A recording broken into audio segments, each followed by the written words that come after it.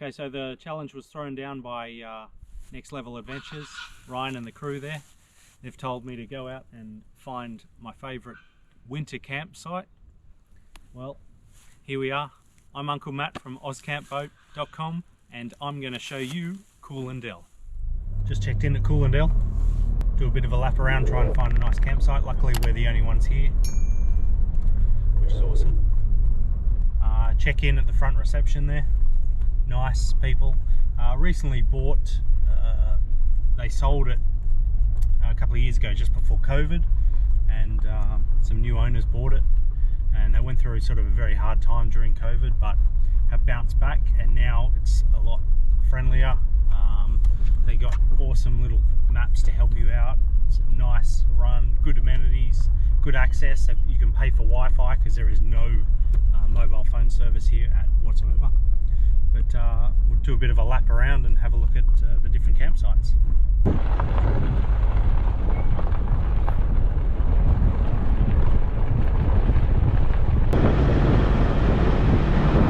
Dump point if you're a caravaner. Heaps of campsites. Glamping, if you're into that sort of thing, you can just hire and glamp yourself, which it looks like they've moved around a little bit from what it used to be. It's been a while since I've been here.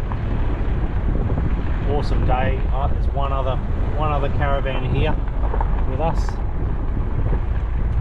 I've been given lead car to find the camp spot, so let's go hunting for a camp spot. Found our campsite. No one else around. Right on the river. I don't know if you can hear that. Beautiful. This place is huge. I think from memory it's like 40 acres of campground. Definitely come outside of school holidays and through the week. You'll be the only one here.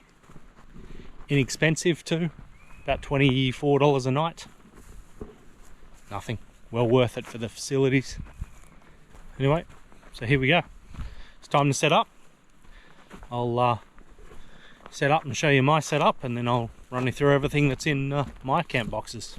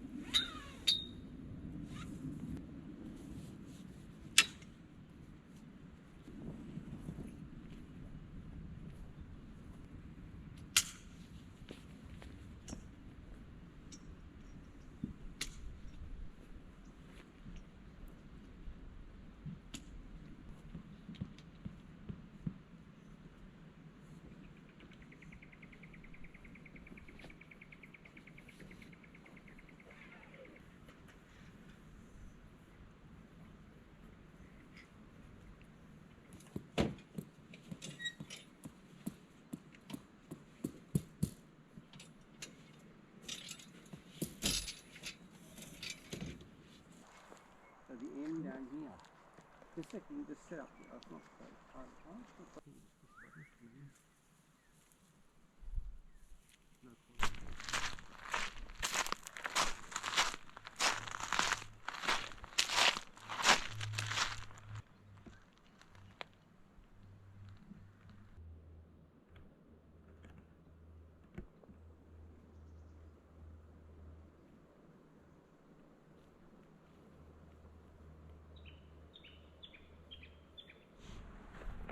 Well, good morning, campers. We've gotten up this morning to head down to the water, see what we can pull out of the river. Don't know if you can see this. Got a couple of new lures to try, which I was sent from baybuster.com to try out. So I'll try a couple down there.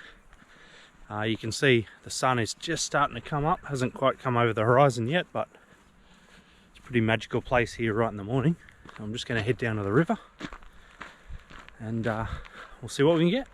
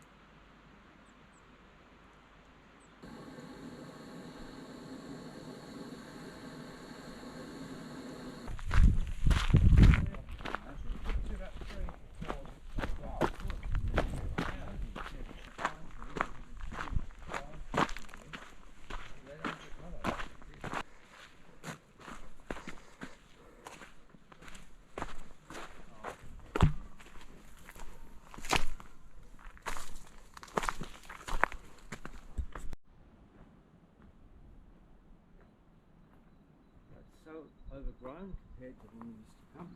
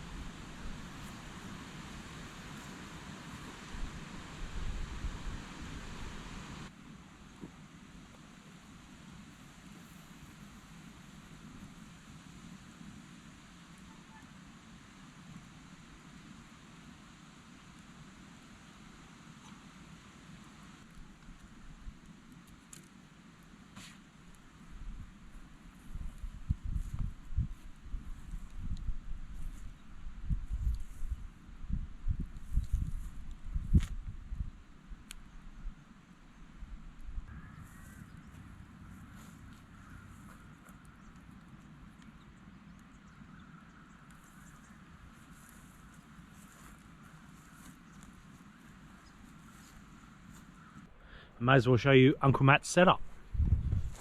Come and have a look see. 2012 Mitsubishi Challenger, 2.5 diesel, awesome. Side awning, 2.5 metre awning. Double swag. And the joiner, the Austrail joiner, which is a swag joiner, universal swag joiner. Cool. Just to join everything together. Makes sense, just myself really. My wife doesn't really like camping, so she sends me off on my own. 80 litre Austrail fridge, running off a 40 amp hour battery pack, which when I need to, hooks in and charges off the car. Right, plenty of room, goes anywhere, pretty happy with it. And that's about it. So that's Uncle Matt's rig.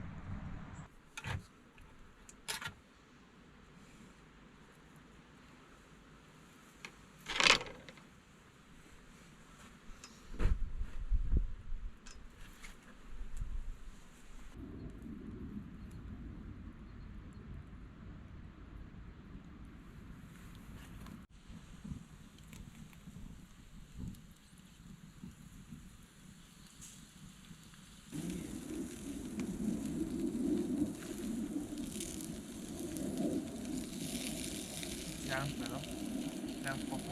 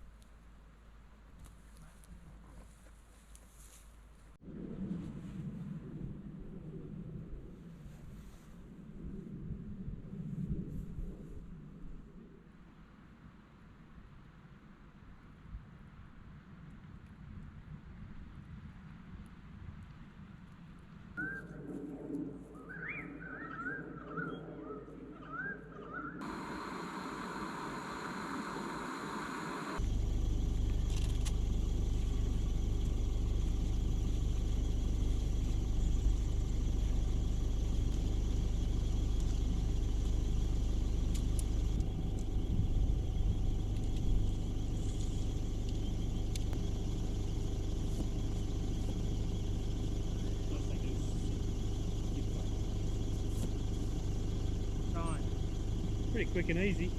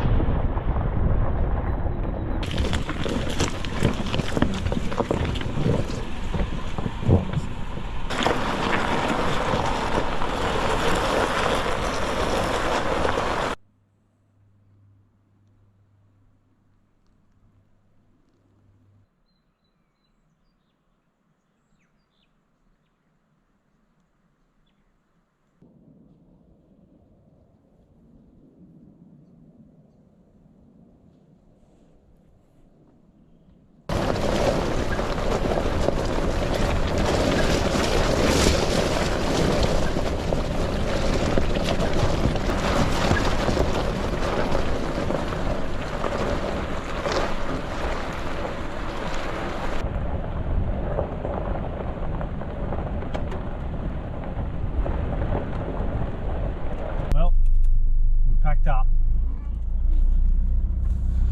So because I have a job to get to, I had to pack up very early in the morning, and the downside to winter camping and leaving early is packing up when everything is frosty and wet. So that's a bit of a bummer.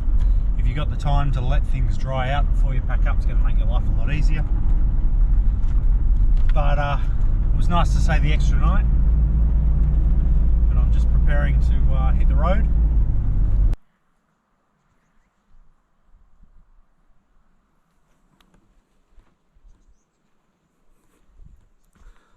The colours of them in the sun. Oh, it's home time, the worst time, isn't it? So just heading on our way out. Going to stop at the proprietor and say thanks very much. He's a really nice dude. He came and saw me yesterday. I was riding his bike around with his daughter on the back of the bike, and a little kangaroo was following him around. So I'll stop in and say goodbye. Thanks very much for having us. Alrighty. drive out. So just stopped in, saw a fella named Wayne, nice fella.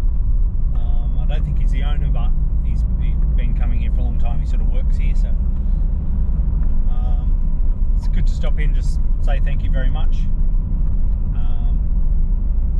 So they had, many years ago, they had big fires through here, tore through everything, and it's really starting to come back now, which is good. And then coincidentally there was the COVID thing, and then they had big floods, and because after the fires the trees weren't so good, and then the floods came through and pretty much decimated all the trees. It's been a bad run over the last few years. It was a pain in the ass, so it's good to come back and spend a little bit of money and help fix the place back up. Well worth the trip in, not very far. From Nowra, it's probably 45-minute drive just inland from Nowra. It's about 25-kilometre road, dirt road in. As you would have seen, a little bit of four-wheel driving around there onto the beach, onto the river beach. There is plenty of four-wheel driving around here as well. I've done in the past. There's lots of tracks and stuff that go off here. Well worth an explore. Good lookouts. We walked out to a lookout, which you would have seen the footage for. But you can also drive. There's not much gated. There's a little bit gated, but it's not too much. So if you just like to get out and explore and get the tyres dirty, it's perfect. Not too far from home. Yeah, as I said, well worth it. Quite historical too. There was a lot of gold mining around here in the past, in the late 1800s. So if you know where to stop, have a look on the internet, and there are places you can pull up and then walk, and you'll see the mine shafts and mine sites. Be careful around them. Some of them are sort of grated off so you don't fall in, but some of them aren't, so you do need to be very careful.